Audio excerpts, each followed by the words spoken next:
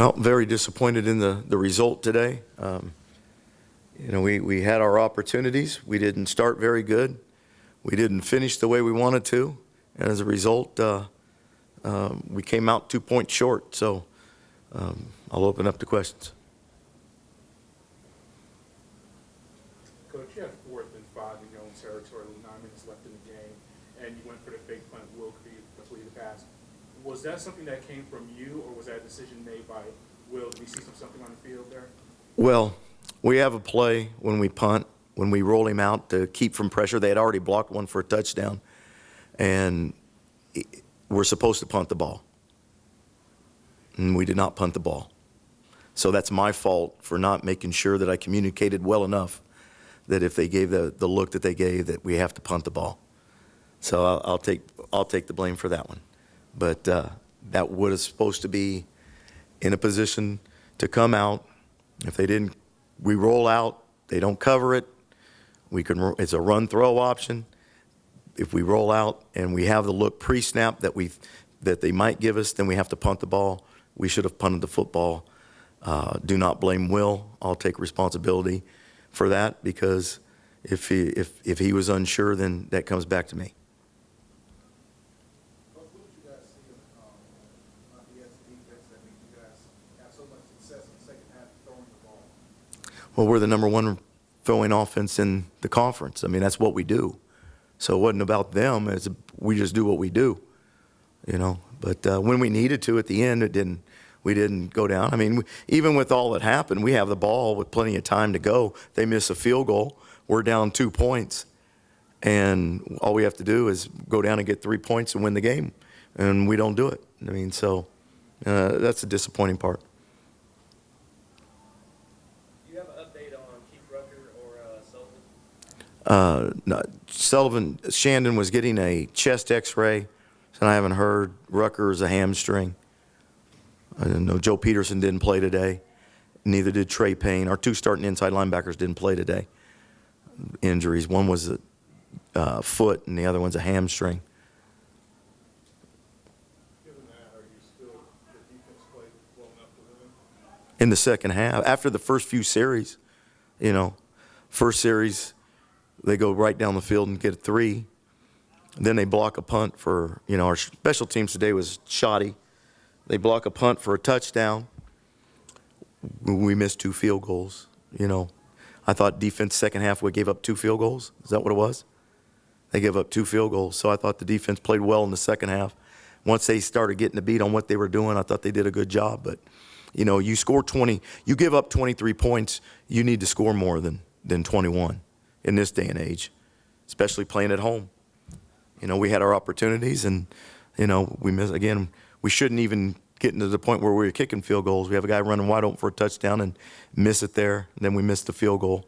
We missed the field goal earlier. We get stopped on 3rd and 2 inside our 5-yard line. And so, it was everything about us and not about the defense or anything. What was the issue with special teams today? It seemed like Out of whack. Our Trey Payne, our starting inside linebacker, is also our snapper on field goal. So our snaps were a little high at it. A guy just got thrown into duty, trying to get it done, threw off all the timing. I think that affected the kicker's focus. I'm assuming that's it. I got to look at the film. Offense came out after that block punt, had a great response from down score touchdown. Is there something else said on the sideline that start that? No, just execute what we do. Just go and execute. That's what was said, and they went out and did it. We didn't change anything. We didn't have to. And we hadn't even gotten into the first 15 plays. So they went out and started executing and moving the ball, and that's the way it ended up.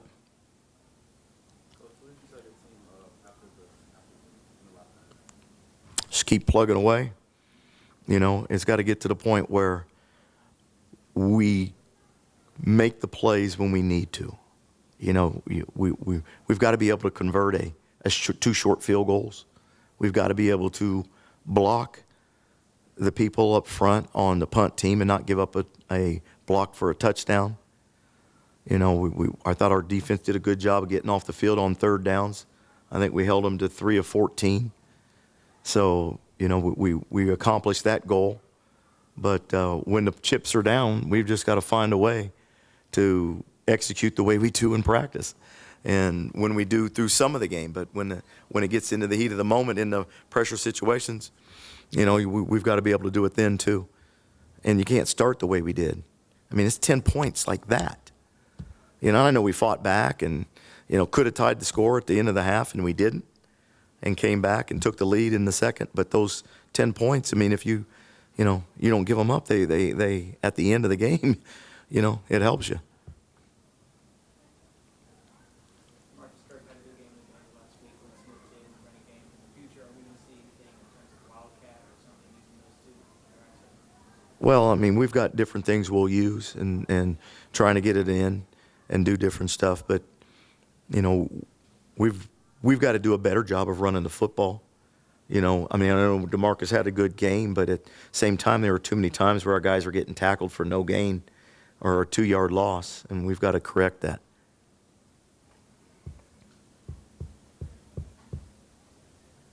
One more thing about the offensive line, Dominique Tobel, their sack leader on that defense. He was pretty much contained all day except for the sack there late in the game. What was it that you guys did this week in practice here for Alabama?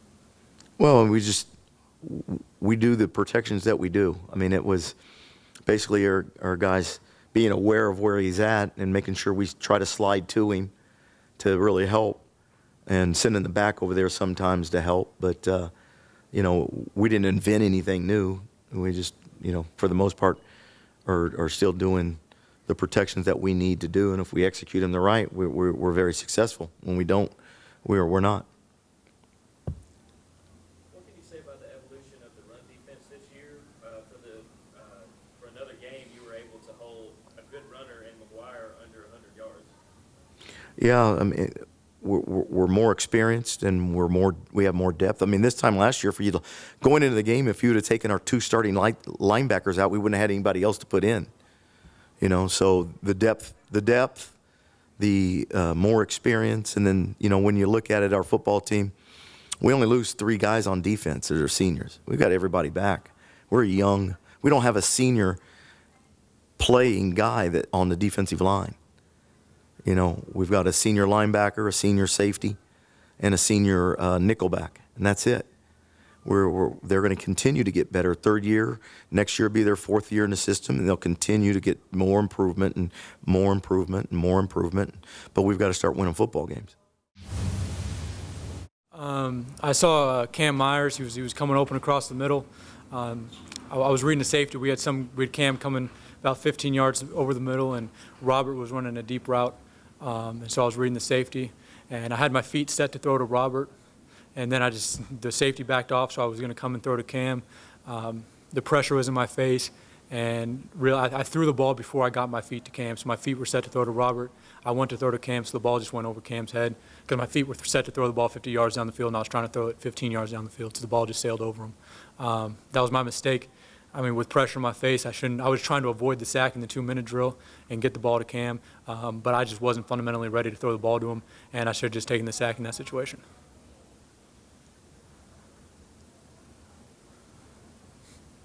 You had over 300 yards passing for another game. What's it like leading the league in passing?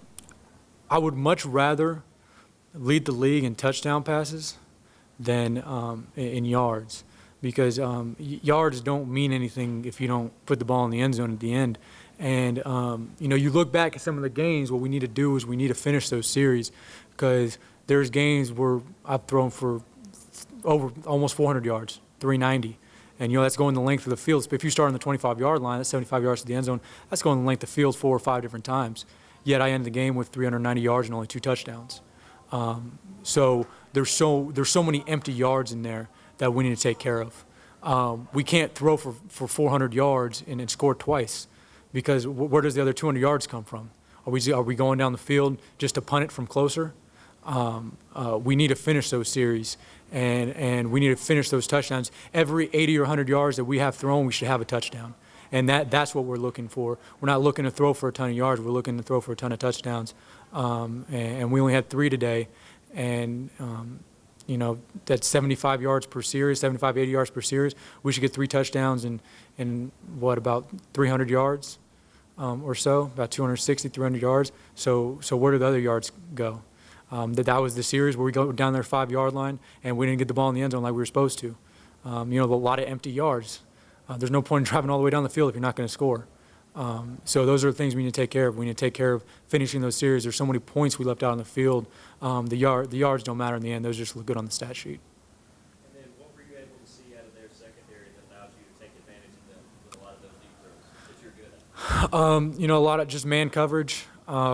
Even when they weren't playing man, playing zone, but just had good matchups. We have the best receivers, in my mind, in the country. In junior college, I was fortunate enough to be with a lot of great receivers. I had 9 receivers from junior college in 2 years to go to play Division I football. One of them was Jalen Strong, who's now with the Houston Texans.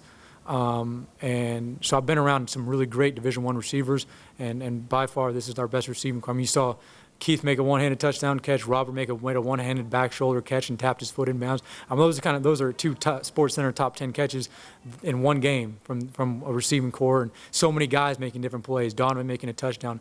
Penny, once again, getting, I don't know if he got 100 yards, but it's had to be somewhere near it. Many explosive plays. Keith has 4 touchdowns in 2 games, in 6 quarters, really, because he barely played the second half. So you have so many guys, and so it just makes my job a lot easier because I just have to get the ball near these guys and they'll make the play. Did you see the second touchdown of Rucker? Did you see what he did? Yeah, and he made a great adjustment, and it didn't work out like we thought it would. We thought he would kind of be looping to the back of the end zone outside, and a safety jumped outside of him, and he didn't really see that, so he kind of squared up like we practiced it. But I saw the safety, so I tried to throw it inside. And he just made an incredible adjustment because making that kind of catch in a 10-yard radius is hard because the ball is coming faster. You don't have very much time to adjust to the ball because when you're only 10 yards away from the pass, it gets on you pretty quickly. So for him to be able to make that kind of catch as a 250-pound tight end is pretty incredible. And the things that he's doing, we just all pray that he gets healthy fast because he's a huge part of this offense, huge part of the football team.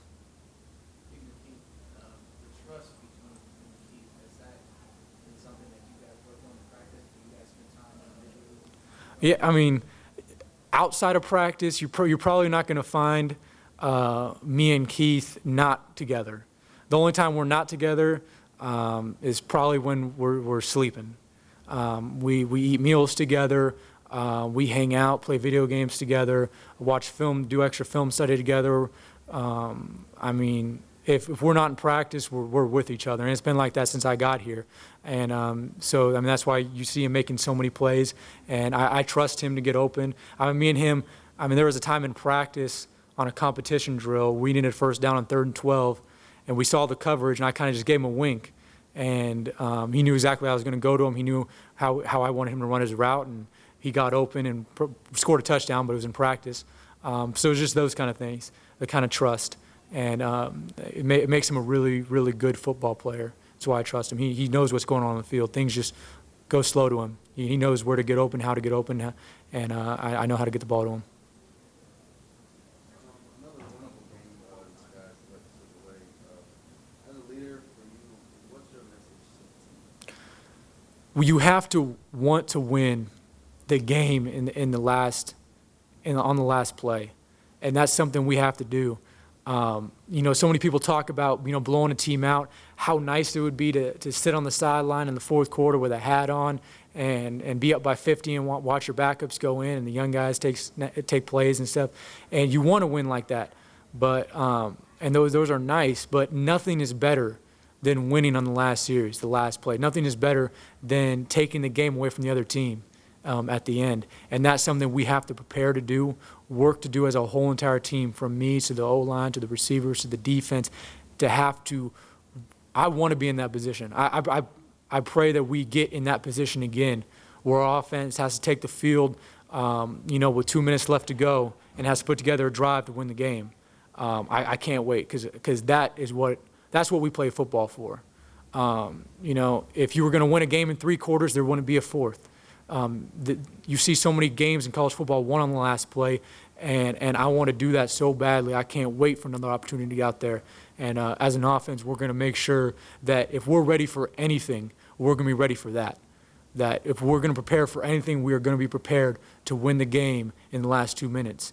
And we're never going to let one slip away like that again. If our defense and what we do in the beginning of the game puts us in a position to win the game on the last drive, we're going to do it next time. You're on the sideline, and I noticed you were looking at the video board and the clock right there at the end, and you realized that you guys are going to have a shot for at least 1 or 2 more plays. What are you thinking in your head, and what are you telling your teammates? I was just throwing up a prayer because you never know. I mean, look at the Miami and the Duke game. It's real, and it's a highlight opportunity, and there'd be no better feeling in the world than to win it on that kind of game. So we put Ari out there. We were hoping to get a catch. We had a trailer that was trailing them. We were hoping that one of the tall guys, Robert or Ari, would catch the ball and be able to throw it back to Donovan down the field. And hopefully they would converge on our big guys and Donovan could take it. But it just didn't work out that way, but that 2-minute drill, we're going to fix that. Did you tell the team something after that? Yeah, I mean, we were preaching to start strong, start fast, and finish strong. That was our motto for this game. And when we didn't start fast, we had to focus on that finish strong. We had to reboot ourselves. So it was all about just calming the offense down, knowing that once we get an opportunity to go, knowing that we're going to go. We started off our first series on the 6-yard line. That's not the greatest place in the world to start your offensive game plan. But we were able to get things going as soon as that was over with, and the offense just zeroed in on our responsibility, executing what we had to do, and just guys were making plays. And we just had to keep that going for all 4 quarters.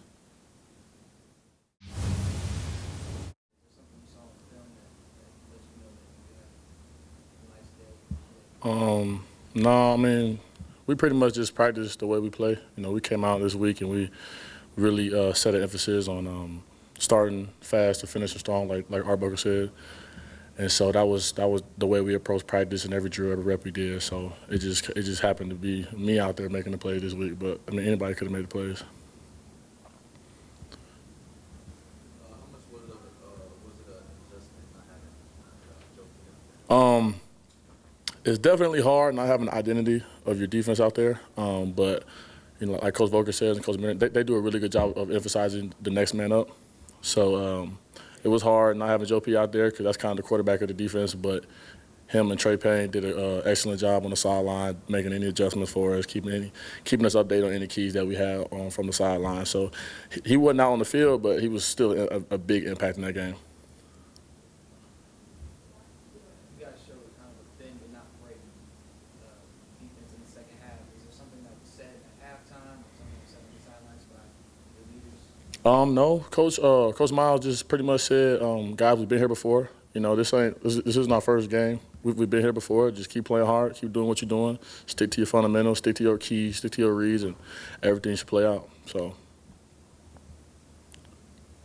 You guys were able to hold Elijah McGuire to under 100 yards. This is not the first time this year that you've held a big-time runner in this league under 100 yards. What did you guys do as adjustments to keep them under wraps? Well, that was a big key for us this week. Was stop 15. We know that he was Mr. Sunbelt last year, or Sunbelt Player of the Year last year. So we knew that he was going to come in and it was going to be tough. And some plays he even got the best of me. And so we knew that he was going to be a big part of that offense. And if we could slow him down, then we could probably slow the whole total of the offense. And I think we did a pretty good job of that today.